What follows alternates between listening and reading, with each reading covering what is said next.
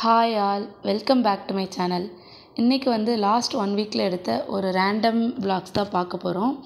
அதாவது லாஸ்ட் வெட்னஸ்டேவே நம்ம channel 1000 சப்ஸ்கிரைபரை reach பண்ணிடுச்சு. இந்த மொமெண்ட் எவ்வளோ இம்பார்ட்டன்ட்ங்கிறது யூடியூப் சேனலை வச்சுருக்க எல்லாருக்கும் தெரியும்னு நினைக்கிறேன். வெட்னஸ்டே மார்னிங்லேருந்தே இதுக்காக நாங்கள் வெயிட் பண்ணிகிட்டே இருந்தோம், எப்படா 1000 வரும்னு சொல்லிட்டு. ஃபைனலாக ஒரு மார்னிங் 10:30க்கு மேலே 1000 சப்ஸ்கிரைபர் ரீச் பண்ணியாச்சு.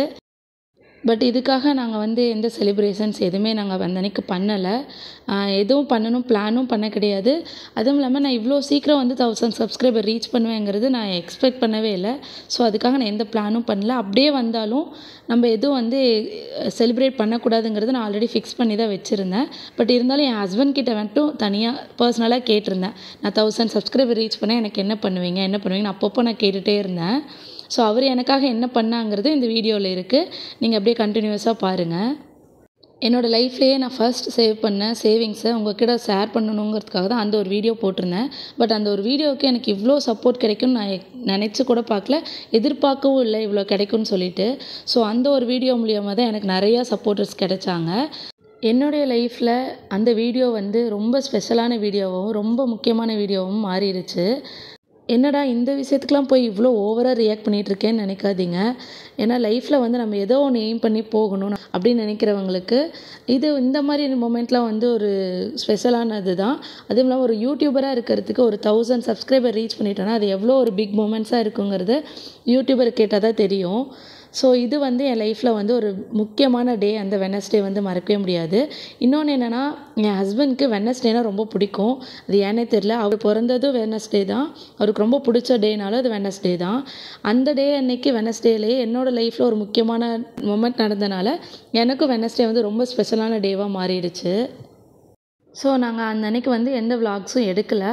இது நெக்ஸ்ட் டே தேர்ஸ்டே அன்னைக்கு ஈரோடு போக வேண்டிய ஒர்க் இருந்தனால மார்னிங் எங்களுக்கு சிம்பிளாக கோதுமை ரவா பண்ணிவிட்டு பாப்பாவுக்கு ரைஸ் பண்ணிட்டேன். அதுக்கு ஒரு குக்கரில் ஆயில் ஊற்றிட்டு பூண்டு ஜீரகம் ரெண்டையும் தட்டி போட்டுட்டு ஒரு 5 சின்ன வெங்காயம், ஒரு மீடியம் சைஸ் தக்காளி, கறி லீஃப் இதெல்லாம் போட்டு நல்லா வதக்கி விட்டுடலாம்.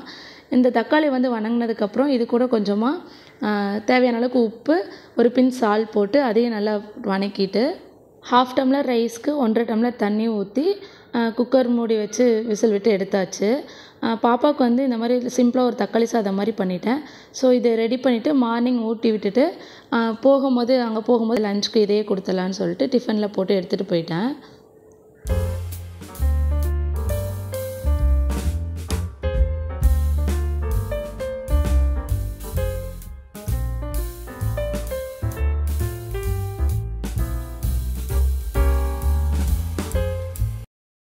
ஈரோட்டில் அம்மா வீட்டுக்கு பக்கத்தில் ஒரு சின்ன ஒர்க்குக்காக தான் போகிறோம். ஸ்டேலாம் கிடையாது.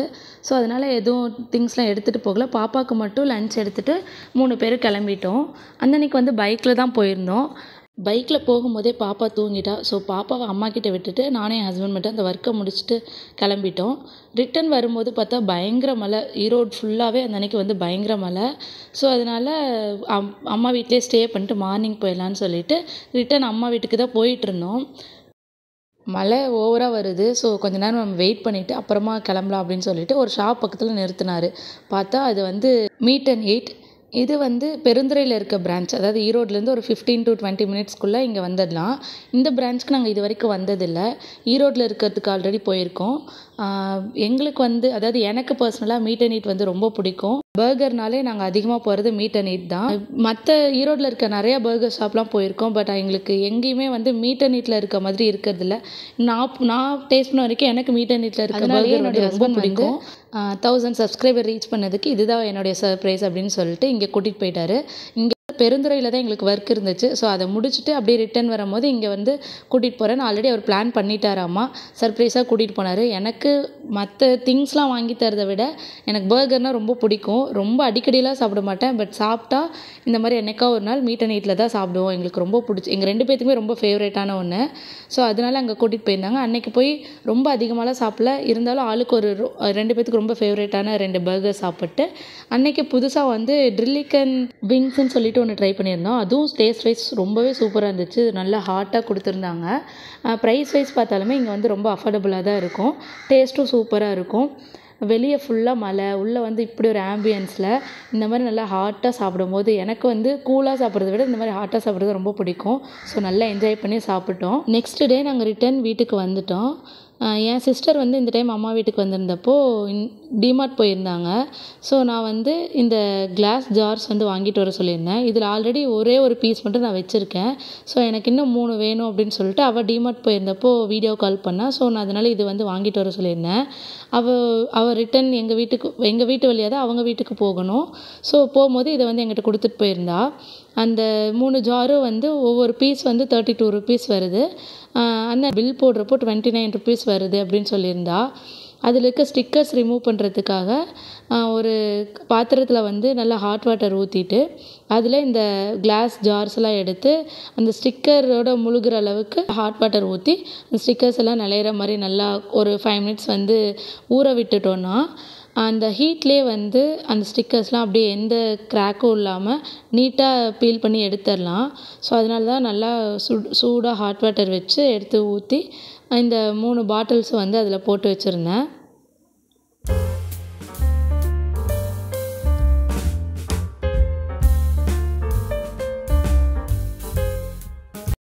நல்லா ஹாட் வாட்டராக இருந்தனால பாட்டில்ஸும் நல்லா வந்து சூடாக இருந்துச்சு. ஸோ அதனால் இப்படி பிடிச்சிட்டு அந்த ஸ்டிக்கர்ஸ்லாம் இப்படி ரிமூவ் பண்ணோம்னா அழகாக நீட்டாக ரிமூவ் ஆகிடும். பாட்டில்ஸ் பார்க்கவும் நல்லா நீட்டாக இருக்கும். ஸோ அதனால் அந்த ஒர்க்லாம் பண்ணி நீட்டாக எல்லாம் எடுத்து வச்சுட்ருந்தேன். இதுக்கு மேலே இந்த தண்ணியில் ட்ரை ஆனதுக்கப்புறம் நல்லா தொடச்சிட்டு யூஸ் பண்ணிட்டோம்னா பார்க்க கொஞ்சம் நீட்டாக இருக்கும்.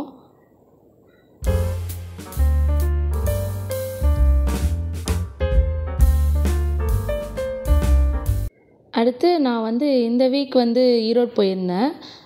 ஸோ அப்போ வந்து நான் ரிட்டர்ன் வரும்போது திருப்பி டிமார்ட் போயிருந்தோம். நாங்கள் ஃபேமிலியாக எல்லோரும் போயிருந்தோம். அப்போ வந்து சில கிராசரி ஐட்டம்ஸ்லாம் வாங்கிட்டு வழக்கம் போல் டிமார்ட் போனாலே சில திங்ஸ் வாங்குவோம் இல்லையா?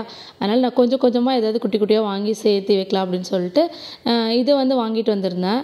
இதோட நேம் எனக்கு என்ன சொல்கிறதுன்னு தெரியல. பவுல் மாதிரியும் இல்லை, பிளேட் மாதிரியும் இல்லை. இது கொஞ்சம் ஒரு டிஃப்ரெண்ட்டாக இருந்துச்சு. நான் லாஸ்ட் டைம் இதை பார்க்கவே இல்லை. இந்த டைம் இதை பார்த்தனால இது கண்டிப்பாக வேணும்னு சொல்லிட்டு என் ஹஸ்பண்ட் கிட்ட கேட்டு வாங்கிட்டேன். இது வந்து 2 பீஸ் காம்போவாக சேர்த்து 79 ருபீஸ் வருது. இது வந்து நல்லா இந்த ரசம் சாதம் இந்த மாதிரி தயிர் சாதம்லாம் போட்டு சாப்பிட்டோம்னா நல்லாயிருக்கும். நல்லா ஹேண்டில் பண்ணவும் நல்லா இருந்துச்சு. நல்லா பெருசாகவே இருந்துச்சு. அதாவது நம்ம ஸ்மால் சைஸ் ஸ்கேல் இருக்கும் இல்லையா, அதை விடவே கொஞ்சம் பெருசாகவே இருந்துச்சு. உள்ளே வந்து நல்லா டீப்பாகவும் இருந்துச்சு. நல்லா யூஸாக இருக்குங்கிறதுக்காக இது வந்து வாங்கிட்டு வந்திருந்தேன். ஃபைனலாக உங்ககிட்ட ஒரு விஷயம் வந்து ஷேர் பண்ணலான்ட்டு இருந்தேன். என்னென்னா, இந்த சாம்பிராணி போடுற இந்த கப் வந்து அதாவது இந்த மண் செப்பில் செஞ்ச மாதிரி இருக்குது. இது வந்து நான் ஒரு லோக்கல் ஷாப்பில் வாங்கியிருந்தேன் 50 ருபீஸ்க்கு. இந்த சாம்பிராணி இந்த ஸ்டீலில் இருக்கிறது வந்து இது வந்து 100 ருபீஸ்க்கு ஒரு லோக்கல் ஷாப்பில் வாங்கியிருந்தேன். இதில் வந்து வழக்கம் போல் இப்படி வந்து கப் சாம்பிராணி எடுத்து வச்சுட்டு மேலே வந்து அதுக்கு ஒரு லிட்டு மாதிரி கொடுத்துருக்காங்க. அதில் இந்த மாதிரி டிசைன் போட்டிருக்கு. இது வழியாக அந்த புகையெல்லாம் வந்து அழகாக வெளியே வரும். இது வந்து நான் ஸ்லோ மோஷனில் போடலை. இப்படி தான் அழகாக மெதுவாக அப்படியே வெளியே வரும். பார்க்கவே அழகாக இருக்கும். ஸோ இது வந்து நல்லா இருக்குன்னு சொல்லிட்டு இது வந்து நான் ஒன்று 50 ருபீஸ் கொடுத்து வாங்கியிருந்தேன். நெக்ஸ்ட் வந்து இந்த ஸ்டீலில் இருக்கிறது ஒரு லோக்கல் ஷாப்பில் தான் வாங்கியிருந்தேன். இதில் வந்துட்டு நம்ம ஊதுபத்தி இருக்கு இல்லையா, அதை வந்து இதில் வந்து ஸ்டிக் பண்ணி வச்சுக்கலாம். அதோட டஸ்ட்லாம் வந்து அந்த கீழே இருக்கிறதுல வந்து கலெக்ட் ஆயிரும். ஸோ அதுக்காக இந்த மாதிரி அந்த உள்ளே இருக்க புகையெல்லாம் வந்து இந்த ஹோல்ஸ் வழியாக வெளியே வந்துடும். மேலே இதுக்கு ஒரு லிட்டு கொடுத்துருக்காங்க. அதை போட்டு மூடி வச்சிடலாம். ஸோ இது வந்து ரொம்ப நாளாக ஆன்லைன்லேயும் பார்த்துட்டு இருந்தேன். இங்கே லோக்கல்லே 100 ருபீஸ் கிடச்சிதுன்னு சொல்லிட்டு இதுவும் ஒன்று வாங்கியிருந்தேன். ஆனால் இது நான் வாங்கி ஒரு 2-3 மந்த்ஸ்க்கு மேலே ஆச்சு. வாங்கின நாள்லேருந்து நானும் பார்க்குறேன். ஒவ்வொரு நாளும் ஆசையாக எடுத்து சாம்பிராணி வைப்பேன். அது இந்த மாதிரி தான் வந்து கொஞ்ச நேரத்தில் ஒரு 5 மினிட்ஸில் இந்த மாதிரி ஆஃப் ஆகிடுது. அந்த புகை அதுக்கு மேலே வெளியவே வர மாட்டேங்குது. அந்த சாம்பிராணியும் திருப்பி யூஸும் ஆக மாட்டேங்குது. அதே மாதிரி இதில் இருக்க அந்த ஊதுபத்தியும் வந்துட்டு என்னைக்காச்சும் வந்து ஒரு 2 ஊதுபத்தியாவது எரிஞ்சிருக்கு. சில டைம் ஃபுல்லாகவே அப்படியே ஆஃப் ஆகிடும். இதில் வந்து சில சயின்ஸ் ரீசன் இருக்குது. பட் இருந்தாலும் அப்புறம் ஏன் இதை வந்து இப்படி சேல் பண்ணுறாங்கன்னு தெரில. இதை எப்படி யூஸ் பண்ணணும்னு யாருக்காவது தெரிஞ்சதுன்னா கமெண்ட்டில் சொல்லுங்கள். எனக்கு ரொம்ப யூஸ்ஃபுல்லாக இருக்கும். அவ்வளோதான், இந்த வீடியோ இதோட எண்ட் பண்ணிக்கிறேன். உங்களை இன்னொரு இன்ட்ரெஸ்டிங்கான வீடியோவில் பார்க்குறேன். until then stay tuned. Bye. Thanks for watching.